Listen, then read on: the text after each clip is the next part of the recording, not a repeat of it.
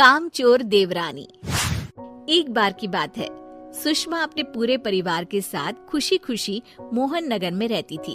उसकी 2 बहुएं थी, पल्लवी और शिवानी। एक दिन दोनों बहुएं रसोई में काम कर रही होती है कि तभी उनकी सास सुषमा उन्हें बुलाती है। अरे बहू, जरा इधर तो आना। शिवानी, जरा जाकर देखना सासू माँ क्या कह रही हैं। दीदी आप ही देख लो ना जाकर, आपको भी तो सुनाई दे रहा है। अरे मैं आटा गूंद रही हूँ ना, तुम चली जाओ। हाँ तो मैं भी तो सब्जी काट रही हूँ ना दीदी। अरे बहू जल्दी आओ। ओह, ये तो जाएगी नहीं, मैं ही जाकर देखती हूँ कि क्या करना है। पल्लवी सुषमा के कमरे में जाती है। जी मम्मी जी, क्या हुआ? शाम को घर पर कुछ मेहमान आने वाले हैं, तो तुम अच्छा सा खाना बना लेना बहू।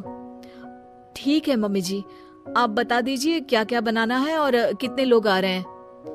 सुनील की मौसी जी और उनका पूरा परिवार आ रहा है। कुल मिलाकर 3 लोग और हमें मिलाकर हुए 9 लोग। तो अभी से ही तैयारी करना शुरू कर दो। और हाँ, घर की सफाई भी कर देना, हाँ अच्छे से। जी मम्मी जी, सब काम हो जाएगा, आप चिंता मत कीजिए। पल्लवी शिवानी को घर में मेहमान आने वाले हैं इसके बारे में बताती है। क्या 9 लोगों का खाना बनाना होगा, घर की सफाई करनी है? बाप रे, सासू माँ ने तो हमें घर की नौकरानी ही समझ कर रखा है। ऐसा नहीं बोलते शिवानी, हम इस घर की बहू हैं और घर के काम करना हमारा फर्ज है। दीदी तो है ही सासू माँ की चमची, जब देखो सासू माँ सासू माँ। मैं तो इतना सारा काम नहीं करने वाली। शिवानी कपड़े लेकर गमला साफ कर रही होती है और चक्कर आने का नाटक करने लगती है। मेरा सर चकरा रहा है। तभी वहाँ पल्लवी और सासू माँ जाते हैं। अरे बहू, क्या हो गया तुम्हें? मम्मी जी, बहुत तेज सर में दर्द हो रहा है। तुम एक काम करो शिवानी, आराम कर लो। नहीं नहीं दीदी, घर में मेहमान आने वाले हैं, मुझे आपकी मदद करनी चाहिए। अरे कोई बात नहीं शिवानी, तुम आराम कर लो, मैं सब काम कर लूंगी। ठीक है दीदी, अगर आप इतना कह रही हैं तो आराम कर लेती हूँ। शिवानी आराम से अपने कमरे में मैगजीन पढ़ रही होती है। इसे कहते हैं आराम की जिंदगी। इतना सारा काम। चलो, सारा काम खत्म हो गया, शिवानी को देख आती हूँ। शिवानी अपने कमरे में ईयरफोन में गाने सुनते सुनते सो जाती है और उसके साइड में मैगजीन भी रखी होती है। पल्लवी वहां आ जाती है और वो सब देखती है। ओहो, तो मतलब सब काम चोरी का बहाना था। अभी बताती हूँ इसको। घर का सारा काम मुझे करना पड़ा और ये महारानी यहाँ मैगजीन पढ़ रही है, गाने सुन रही है। पल्लवी रसोई से एक प्लेट और चम्मच लेकर आती है और शिवानी को थाली बजाकर उठाने लगती है। शिवानी अचानक से उठती है। उठ गई महारानी, गाने भी सुन लिए, मैगजीन भी पढ़ ली।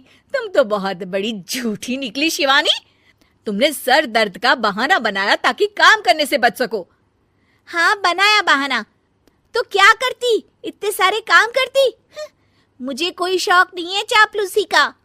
क्या चापलूसी? तुम्हें लगता है कि मैं सारे काम चापलूसी के लिए कर रही हूँ? नहीं तो क्या। तभी वहाँ सासू माँ आ जाती हैं। अरे बहू, वो लोग बस आने ही वाले हैं, तुम तैयारियां कर लो। जी सासू माँ, तुझे तो मैं बाद में देखती हूँ। सब खाना खाने बैठते हैं और खाना शुरू करते हैं। तभी सुनील की मौसी बोलती है। वाह भाई वाह, खाना तो बहुत ही अच्छा बना है सुषमा जी, एक एक चीज में क्या स्वाद है। ये सुनकर शिवानी मुंह बना लेती है। उसे अपनी जेठानी की इतनी तारीफ रास नहीं आती। आपकी बहुएं तो बहुत ही अच्छा खाना बनाती हैं। हाँ बनाती तो दोनों ही अच्छा है, पर आज ना ये सारा खाना बड़ी बहू ने बनाया है। छोटी बहू की तबीयत ठीक नहीं थी, सो इसलिए। मानना पड़ेगा सुषमा जी, आपकी बड़ी बहू तो बहुत ही गुणवान है। पल्लवी की तारीफ सुनकर शिवानी को जलन होती है। पल्लवी ये सुनकर खुश हो जाती है और शिवानी की तरफ देखकर उसे चिढ़ाती है। कुछ देर बाद मेहमानों के जाने का वक्त हो जाता है। मौसी जी सबके लिए उपहार लाई होती है। वो सबको शगुन के पैसे देती हैं और अंत में पल्लवी के पास आती है। तुम्हारे लिए शगुन का लिफाफा तो है ही, पर बहू तुम्हें एक और उपहार भी मिलेगा इतना अच्छा खाना बनाने के लिए। मौसी अपने सोने के कंगन निकालकर पल्लवी को पहना देती है। ये लो, ये मेरे मनपसंद कंगन है, अब से ये तुम्हारे हुए।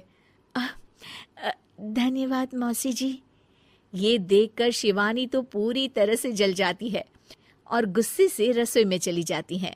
तभी वहां पल्लवी आ जाती है और उसे अपने कंगन दिखाने लगती है। देवरानी जी, अब आपका सर दर्द ठीक तो है ना? मुझे लगता है कि अब सर दर्द शुरू हो गया होगा आपका।